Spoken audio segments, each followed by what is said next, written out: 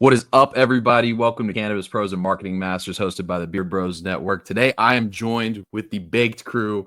Steve and Matt have joined us. These guys have done like an incredible job coming onto the scene with like an intense fashion of throwing on great events, really immersive experiences, coming all the way from fashion to comedy and even Star Wars themes parties. Steve and Matt, man, it's so good to meet you guys. Give the Likewise. listeners kind of a preview of, who Baked is. Thank you. Awesome to be here. Yeah, thank you, man. Appreciate that. Steve, you want to take that? Yeah, absolutely. Baked, we're a small group of cannabis connoisseurs and industry vets that have just pooled our talent and pooled our networks and have created an experiential marketing company that uses events as our primary platform. And so we throw Turp Basil in Miami, kind of what set it all off. And now we've got events all over the country, some events coming up in South America. And we just try to bring good things to the community and culture and, let the industry develop in the best possible way for everybody. All right. I love that. Yeah. The thing that I think when it comes to cannabis events, I think people, we're, as you guys, I'm sure, of course, know, our industry is in more or less like a starved state right now when it comes to, money, funding, opportunities, etc. And I think it's one of those things where people don't really know the best way to go about it in terms of marketing in a way that really connects to consumers. And you have a couple of brands and things like that that really stand out with it, but like far and wide, it's not the, you tend to get your like run of the mill things. And I feel like you guys do like an awesome job of just shattering that with like a 20-pound sledgehammer, with Turp Basil, that was one of those things that came online and when you guys are throwing that, like Miami's already this like popping spot where people are flying in and coming to different events like Art Basel and things like that. And I feel like you guys took like a really good opportunity to like use a spotlight to essentially say, hey, there's really cool cannabis shit going on right now. Come check us out and see what it's about. So like, how did you guys get started by doing that? What was the idea? How did it come to fruition? And like, how did you guys come together to say like, this is an opportunity? Yeah, that was definitely a lightning in a bottle kind of situation for sure, man. We noticed just the natural attraction that we were getting and the positive reception that we were getting from the overall culture from the beginning. And really the way it just started was at the time, this was when, Steve and I were still working, other jobs in the industry before this was full time for us. And we talked to different brands all over the place. I was actually selling packaging at the time. So I was constantly just hitting the phones and working with my network and then, finding new relationships that I could work with. And I ended up getting on a conversation in a call with John Doe from the Turp Hogs and, talking about various different things with him. He's nuts. So, we go down all these different avenues and conversations, but he's the man. So I was at the time trying to sell them packaging and I'm like, how can I earn your guys concentrate jar packaging or, whatever they needed at the time.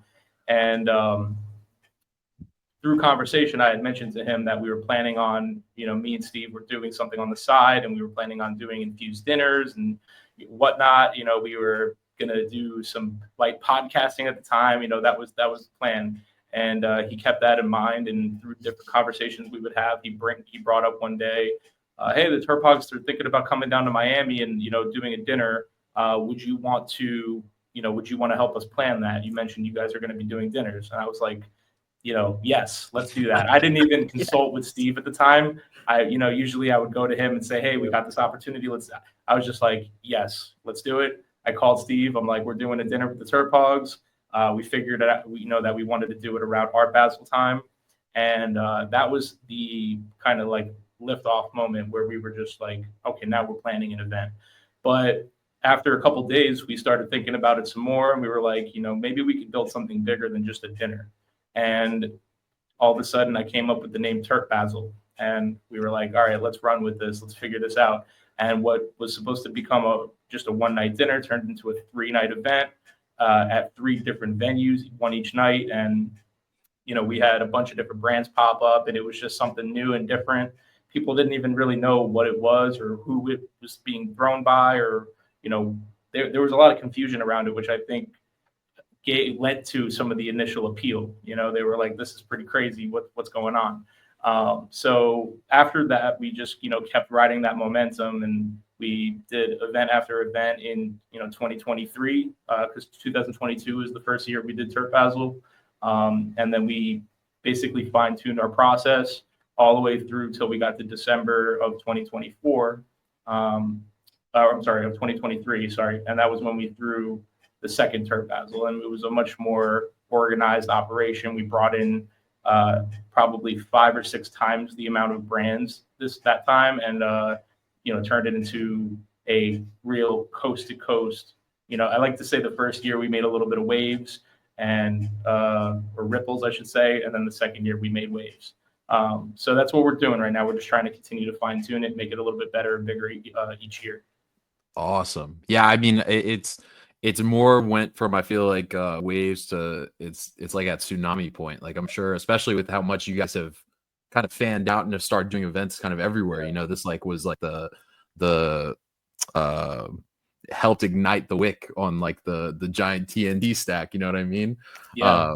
And shout out to you, man. I did packaging sales as well. That is as grind as it gets, man. I mean, yeah, I did it for a few different companies. I worked for a company called Green Lane for about 7 years. I know Green Lane. Yeah, and I actually was with them before they were Green Lane, when they were just Vape World, and from 2013 all the way through 2020. So I ended up launching their packaging division, and came out with they dropped pollen gear, so we introduced that to the whole industry, and that became like a industry standard for a long time of what people were using for their jars. Yeah, man. I could go down lots of we can talk stories about that stuff. That's like a former life, I feel like.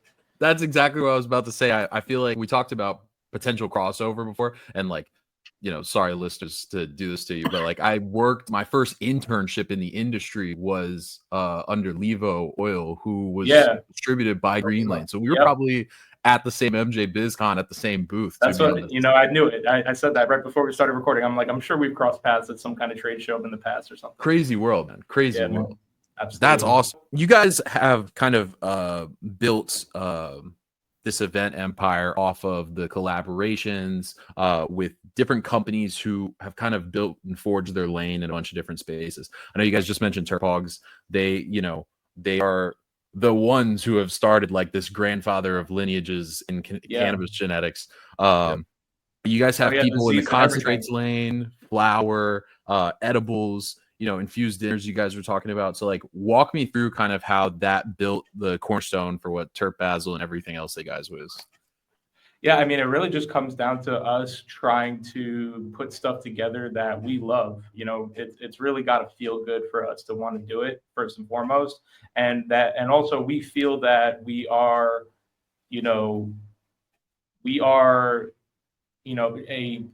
true to the culture, right? So we like to think that people that are like us, that are also true to the culture, will also vibe with the things that we put together. So that's got to be, the first thing that's, that we look at is like, okay, is this something that we would want to go to? Mm-hmm.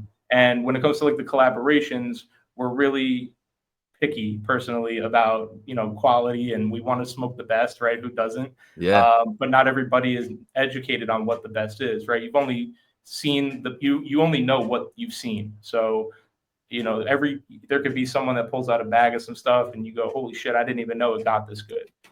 So there's always that next level, and a lot of people like to think that they're smoking the best, right? But there's so many levels to it. So we try to bring these legacy guys in that, are probably, celebrity status, like where they're from, but all the way here in South Florida, nobody really knows their name. They might know the strains that they've produced, right? But they need to know like who's the person behind this, who, because without them, it wouldn't exist. So absolutely. We take Turp Basil and we try to create a pedestal for that. So year one, the Turp Hogs were really that brand, where we were like, you know, without the Z, you know, how many people out here would even have a job? You know what I mean? That's Like that strain is literally everywhere. So without, you know, Tony Mendo, without Fieldsy, without John Doe and the rest of the gang, you know, they changed the culture, right? So people need to know those names. They know what Z is, but do they know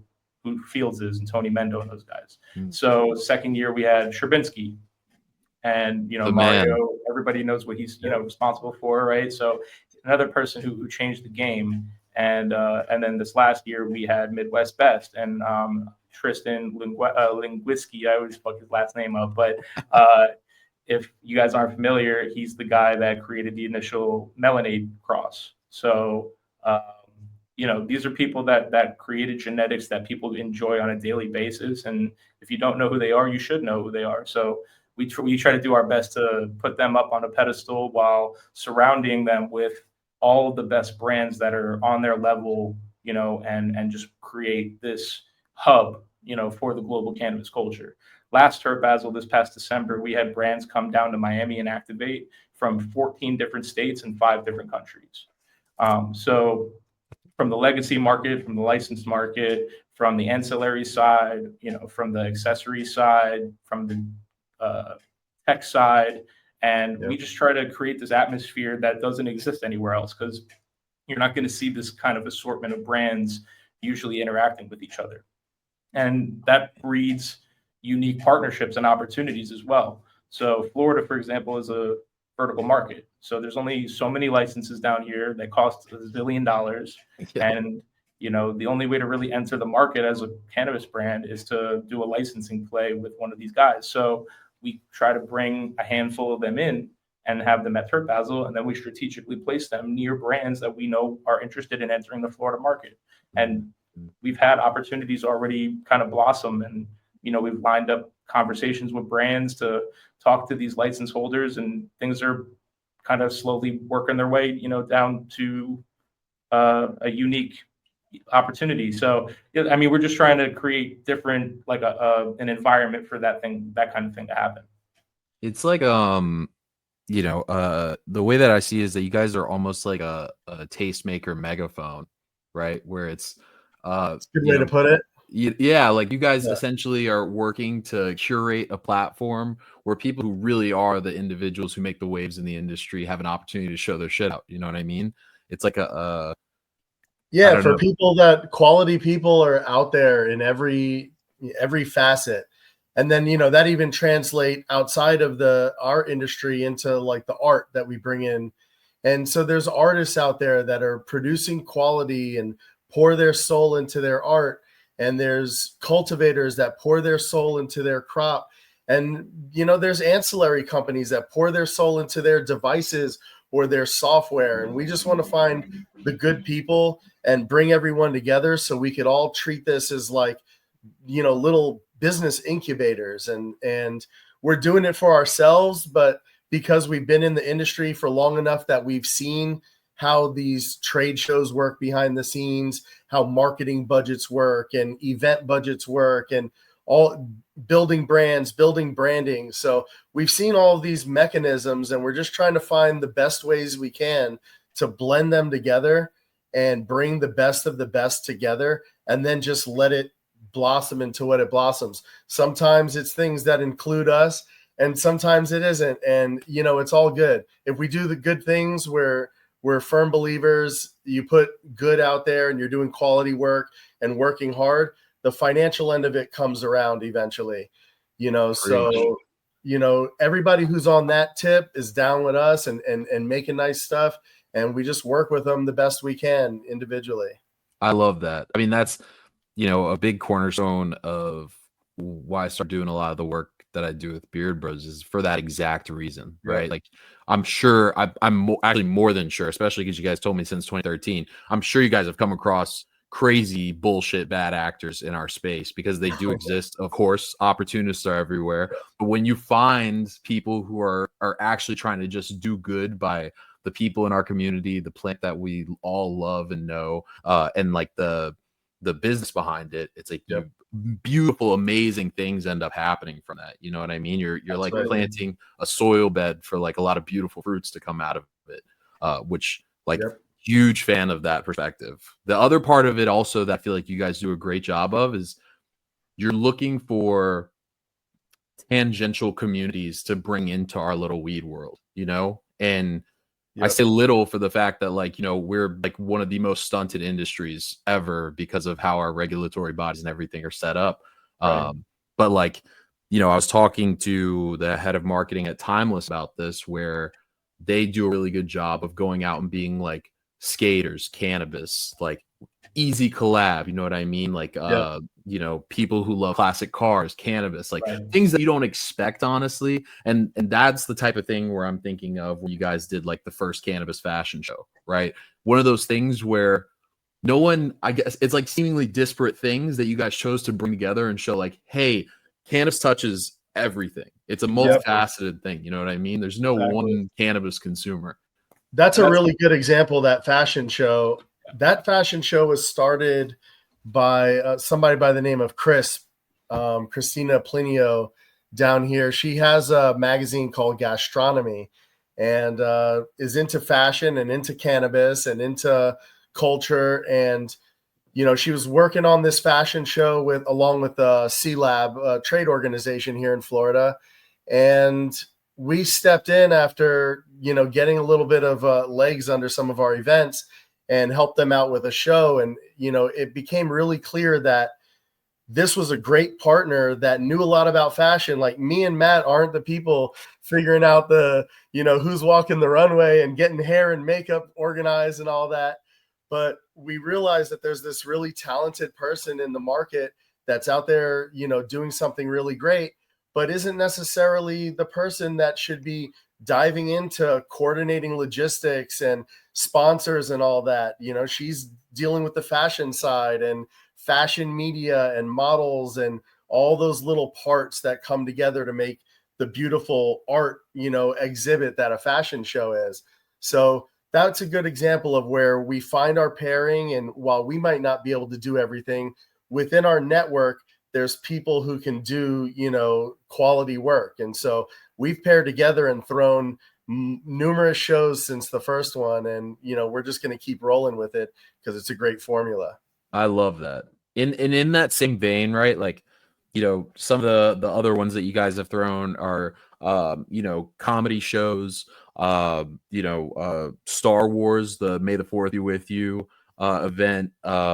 You know, I think the Session on the Beach tour that you guys are doing that's coming up. I'm gonna give you guys opportunities to talk about all that. Don't get me wrong. I'm just, appreciate it. Yeah, I mean, the comedy show is a perfect example again of like just us doing what we're passionate about. We are comedy fanatics. I would say we love comedy as much as we love cannabis, right? So damn right. we Yep. feel like those are, you know, like you said, I mean, these things are just naturally paired together. And, you know, that's really important for us to just continue to break down barriers in other industries and get them to co-sign what we're doing and get them to co-sign just consumption in general. Because any company that is outside of cannabis that comes in and sponsors one of our events, that's a win for the whole culture. They, you know, that's Absolutely. them saying, you know, we are down, we're okay with a cannabis event. And that, you know, that's huge. So we're always trying to branch out. We're, you know, in conversations in, you know, professional sports realms and the music world and the fashion world, and just constantly trying to go out to new events that are outside of our industry to make new contacts and just see what we can do to expand the culture. Absolutely. And those different things, kind of similar to what you just said, like give credence to our industry, right? Like having these cosigns from these well-established industries, brands, et cetera, are all different ways to essentially just show like, hey, we're here to stay. This isn't like some fluke that 38 states have said yes to us. You know what I mean? It's like Right. we're here to stay. And I think you know, the thing that I'm interested in terms of what you guys have done and where you guys are going is there any other tangential industries, businesses, or things like that that you guys are having your eyes on that you would want to prospectively work with right now? And you just said sports, so like I feel like a 5-on-5 basketball tournament would be crazy. Yeah, we Yeah. talked about doing stuff like that, funny enough. Yeah.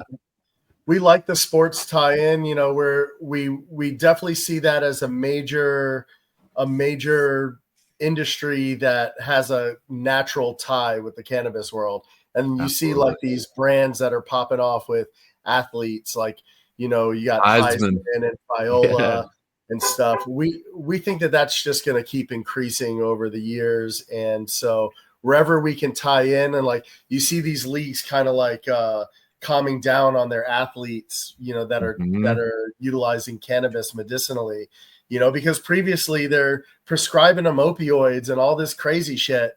And that was why Ricky left, man. Ricky was like, you guys aren't going to let me smoke my pot. Fuck you guys. I'm out. Yeah. You know? So we'll just keep pressing those buttons. And, you know, sometimes not everything is an immediate hit. Sometimes, you know, Matt is a master of branching us out and networking. And sometimes we'll get on a call with someone that's like caught out of left field and like, yeah, we're probably 20 years away from cracking that barrier.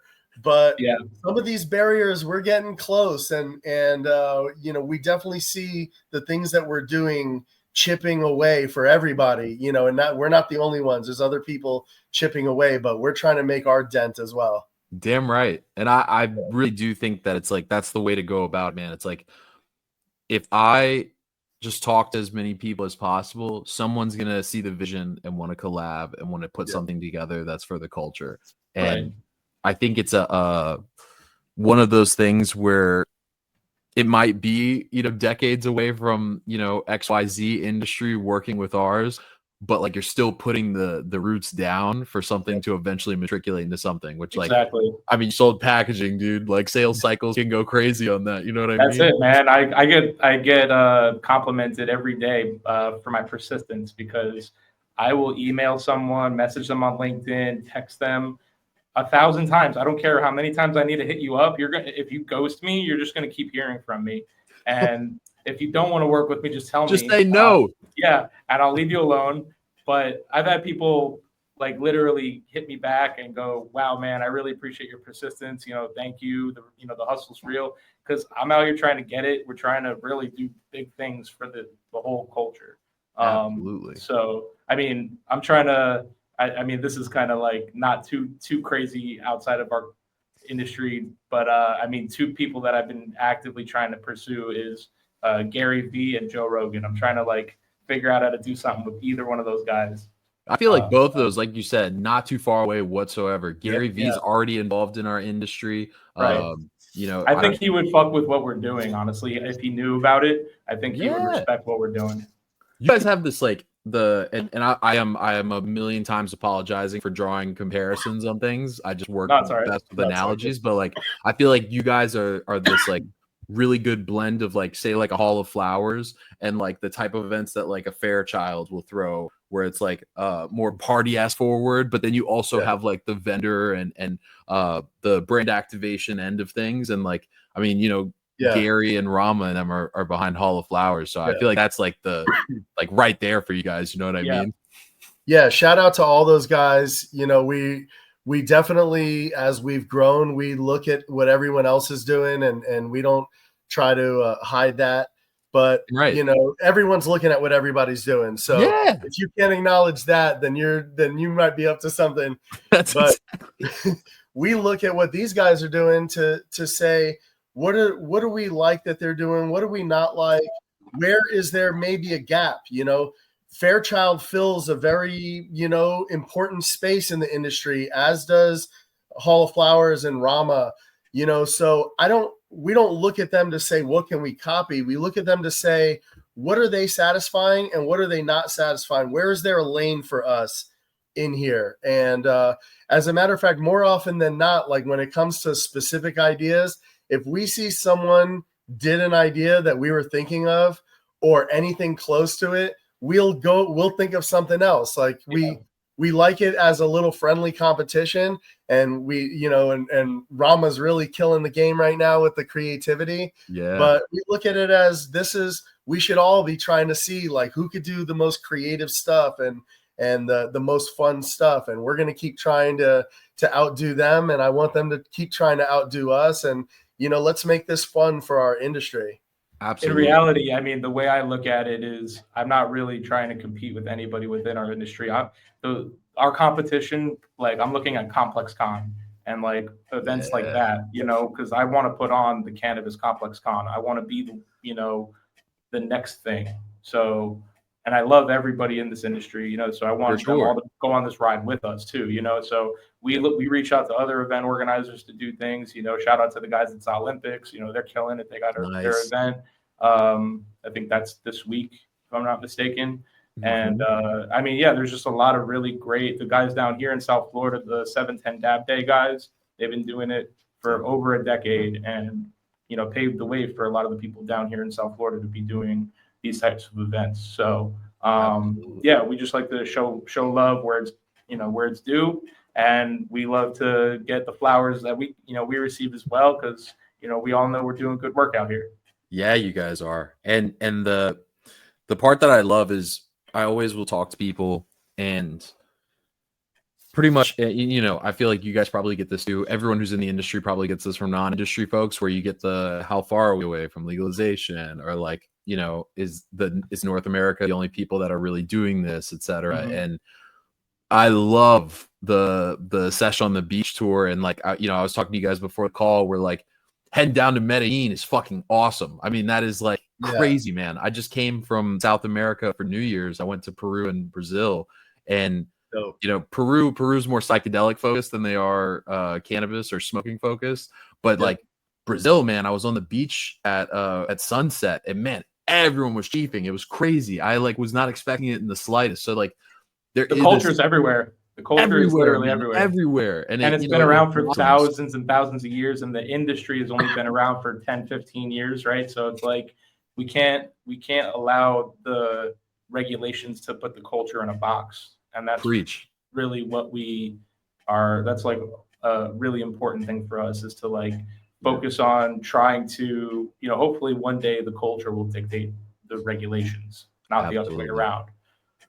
And I think that's the goal, right? In terms of like how we all work, is we're not hurting anybody. You know what I mean? End of the day, we're all just trying to get together, have a good time, and do business with one another, and like try to keep the bad actors at bay. And ideally, this goes to a place where, we have some type of influence with lawmakers. And again, I feel like the whole capital issue plays a big, debilitating factor in that sense. The people who do have money are the people who are trying to cage us in as far as things go. But, our voices are still loud, especially like, again, Turp Basil, like made huge waves on things because you guys are coming together and like saying, hey, good people doing good business in a good place, like come work with us. And I feel like that is ultimately the type of vibe that essentially helps dictate where things are going.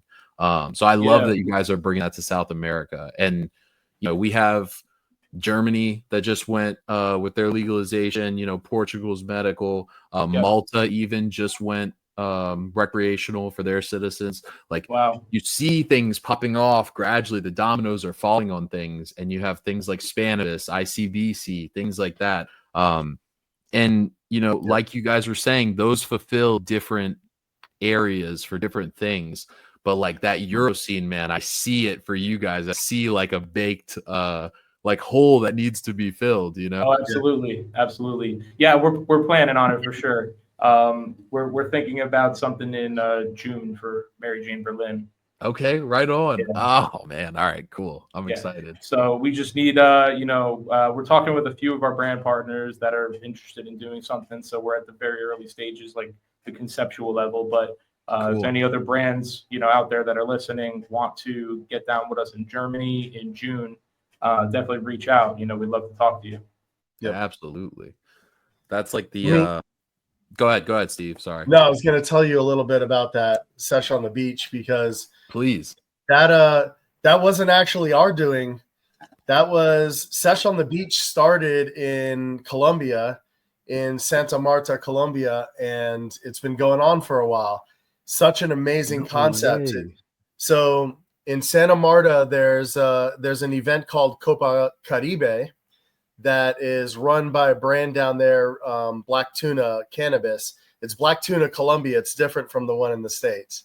And it's actually owned by Carlos Vives Jr. Very, very well-known guy in the industry down there, great dude. So he does this Copa Caribe, and then the next day there's an event called Sesh on the Beach. And Copa Caribe is an awesome, competition. And then Sesh on the Beach is a celebration where they take boats out to an island and they have, it's catered on the beach and there's music and jars of bud and concentrate and devices. And there's even, a few American brands have made their way down there. Just an amazing event. So after I saw the event and I met the people that run it, there's Santi at Nahea Dispensario, the dispensary down there, and a brand called Punto Rojo. Pablo, he's worked with dudes out in California and a lot of the industry. They've been putting this great event together. So I'm like, can I bring this to Miami? And they're, all for it. And they also got some interest in Cancun. So literally what we've done is we've, worked with them so that we're helping out with the Colombian version and the Mexican version, and they're helping out with the Miami version. And it's going to expand to those 3 places with the hope that next year we'll bring it out to Cali. Let's go. I love this. And, I know this isn't like the time to be brainstorming on things, but I feel like you guys could do like something full moon festivals in Thailand. That would be incredible. Absolutely. That's the move. We would love to do that. So, this will be the first one in Miami on April 6th, and we're doing it in a historic Virginia Key Beach Park, which is an incredible place with really an incredible history for the U.S. because there were troops stationed there during World War II. Miami had a boat sunk by the Germans down here. They sent a bunch of troops, and they stationed the black troops in Virginia Key Beach and the white troops on South Beach. So it ended up being this segregated beach for decades. Wow. And, it was almost like in the old times of Miami was a blight on the history of Miami. And, now as we've grown and the world has evolved, now they've cleaned the park up and they've made it this incredible gathering place. There's really nice festivals and stuff that go on there. And, it's undergoing a renaissance. It's right downtown Miami. So it's a beautiful spot. So we're really excited to bring this to the community down here. And it's a small, kind of niche event for, a small group of people who get in on it, but amazing atmosphere. And we really hope that, over the years we'll expand it and bring more people into it and grow it, because these guys came up with a hell of an idea down there. Yeah, man, that is so awesome. It's the thing that, and you kind of answered it for me just now, but I'd love to hear you guys talk about it, is I feel like gradually with these events, right? Like, for example, when you guys, during inception, it was infused dinners, right? Which, tends to be a lower head count on things. And then, Turf Basil has essentially become this massive event that more and more people are flocking to. Is the idea to work on like both a macro and micro scale with these events and do like these smaller, more, I don't know if like not niche, but like smaller, more intimate events versus, and then also catering to these kind of large multi-thousand people type of events, or what? What's like the plan on these things? That's a really astute question. So, we love these little events. Little events don't pay the bills. For so, sure. When we do these events like that, like, even this Sesh on the Beach, Miami, these are things that were given to the community. We really hope that, the money follows those at some point, but they're small and, limited. So we're really doing those for the community. It helps us in other ways, though. It feeds our DJ network and our printers and everybody else. We're trying to keep this economy going. But going forward, where the future is for us, which I don't think we've talked about yet publicly, but we're really going to be branching into some bigger events and, some more events that, rather than leading with come to this cannabis event, it will be a big community event that is cannabis friendly. So when people get there, they're going to have the cannabis, whether they like it or not. And they're going to learn that the people who consume cannabis are no different than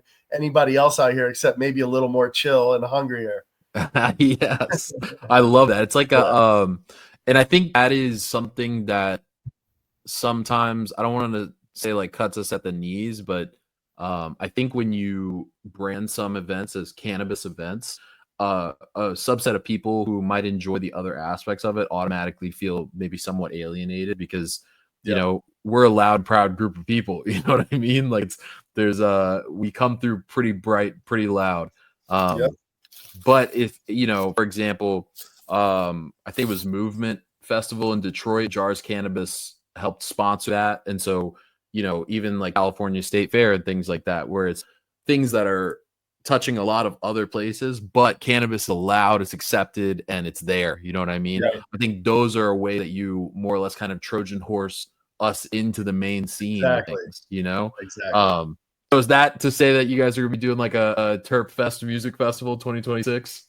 Well, music is done a lot, so we might do some music stuff, but we're very insistent on everything being, not the same thing that everyone else is doing. So you're not going to see us just piecing together, mainstream artists and putting out an event like that. Although, that's fine for the people that do events like that, but it's been done a lot. And For sure. frankly, we don't have the energy or the money to compete in those worlds. Live Nation got that lane on lock, but they have what a you will bad. see, you will see creative events out of us. You will see things that are have a theme, but isn't a cannabis theme, is art theme, and more even Turk Basil for a lot of extents. We push Turk Basil as an art event. It is truly an art event. We had dozens of artists from all over the world, big artists coming into this last one, and we've just like scratched the surface with the art side. So we're going to expand that, and then we're looking at some events like convention center size events, to be our main our main operation, and then we'll continue to do these boutique events for the fun and for the community. I love it. A labor of love. Yeah, For the smaller. that's cannabis. Yeah, for real. I was about to say none of us would be here if it was only for the money. That's right. Right on. Okay. I am like the thing about you guys that I think is so great is like lean, mean, and pushing forward on pretty much all fronts in terms of what you guys are trying to do. So like, in a similar vein with the comedy shows and Star Wars and the fashion shows, you have things like PuffCon that have went on in LA, and like the amount of people that were showing out to that were insane. Yeah, absolutely. And it's like this momentum is essentially growing behind this, and I'm sure you guys see it from the numbers on the events that you guys do. Yep. Year over year, the growth is probably immense. And For sure. Yeah, I guess we've been approached, by brands to actually help them kind of build their own version of that, because that's been such a successful concept, for a brand to throw their own event where they're the main headliner. So I see that becoming more and more of a trend. There's a lot of people out there that want to throw their own events, not necessarily knowing what goes into throwing a successful event that's going to really draw a huge crowd and make an impact. So, we're here to help support that. Logistically, we have a lot of brands that have reached out to us for that. So we don't just come up with our own concepts, but we also will help people put their own things on as well. Dude, you actually just read my mind, because that was the next question that I had for you guys is there an aspect of consulting that you guys do, or like white labeling events more or less, where you guys kind of sit in the back and kind of help people bring their vision to life on things? And, because if I wanted to throw, whatever festival I felt like throwing that was not cannabis centric or had cannabis involved, I genuinely wouldn't know the first thing to do about it. So it's like you guys come in as a consultative arm to say, hey, let's build out the vision brick by brick, see who you want in, what you're trying to do, what scale, etc., and make it happen. Okay. Yeah, we're currently working on quite a few things of that nature. Just because we have the knowledge that we have, not everyone needs to reinvent the wheel. And certainly we've reached out to, over the years, people like Respect My Region. We've, often Shout out. picked Joey's brains. Yeah, Joey's the man. Mitch's brains, and you know, Shout out Ramo Mitch, over shout the out Joey. years. Yeah. We're not afraid to reach out and reach across the industry and pick each other's brains. So people do that to us on a regular basis, and we love when we can find something to work on together. And you know, we do that, but we also just kind of operate out here as a source of information and contacts wherever we can, wherever it makes sense.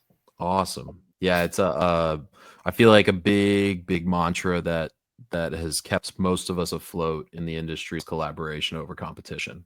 You know, Yeah, trying to 100%. build inroads with people is like the way to, you know, keep everything copacetic and keep the train rolling. Because once again, if it was a money thing, none of us would be here. That's right. Yeah, It's the truth. It's all for the this love of the industry's game. we got a long way to go before we have to start competing with each other. Like we That's got the exactly rest it. of the world to compete with for now. Right. Well, we have the best weed in the world, man. It's like, what are we competing? You know what I mean? Like, what are we competing over? You know? Yeah. Well, awesome, man. The last thing I want to ask you guys is, you know, I know a lot of it is based around legal cannabis brands, right? We mentioned Terpogs. You know, you have like other brands that I'm thinking of in the Florida space. You have like Alien Labs Connected. What I guess is, have you guys been approached by hemp folks at all? Because that is like a huge thing that's swirling in our industry. Is that anything that you guys have an interest in stepping foot in, or is it kind of you guys have figured out the lane of cannabis that you want to work in, and that's kind of where you guys are building out from? Yeah. So I'll touch on that first, and then Steve can also comment. But yeah, I mean, we're definitely open to work with almost anybody in the industry. It's honestly more important about, you know, who you are and like what you're like if you're actually doing good work in this industry. For Turp Basel specifically, we're very crucial. We're very critical about who we bring into that, because that is specifically designed to be, like I said, a hub for the global cannabis culture and the best of the best. So we're bringing in brands from everywhere, but you know, we're not allowing any alternative cannabinoid brands or hemp brands into that event. It's really got to be the best of, you know, the flower world and the concentrate world, mostly rosin, but you know, we don't really discriminate on the style of extract. It just has to be pure and really clean. Just no disty. Yeah, we don't really fuck with the disty. Yeah, Yeah. you really won't see that. I mean, we'll have maybe like one or two brands if like they're a cool brand and then maybe they have like a cool device or something and their product's really clean, you know. But yeah, for the most part, it's going to be like all rosin and the best we can find from all over the place. We did a special collab this year for Turp Basel this last December with Mad River Melts. So that's a legacy brand, you know, been around a long time and always known for the fire. So we did a really cool collab with them. And we did a rosin pen collab with Nicotine.